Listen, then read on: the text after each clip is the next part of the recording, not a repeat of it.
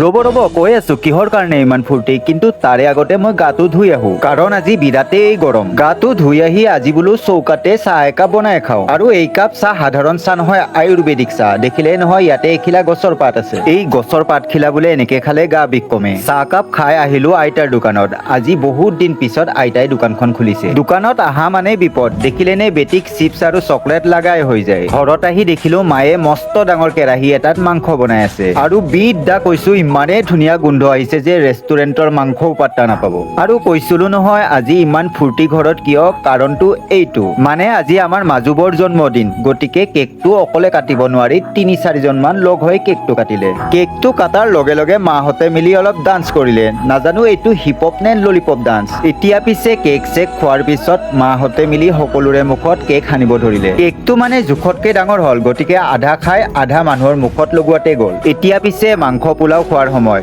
আৰু পোলাও মাংস মোৰ বিৰাটেই প্ৰিয়। বাৰু সকলো কথা বাদ দি এতিয়া পোলাও আৰু মাংসৰ জুতি লওঁ। বাৰু আজিলৈ ইমানেই আছিল, আকৌ লগ পাম বেলেগ এটা ব্লগত।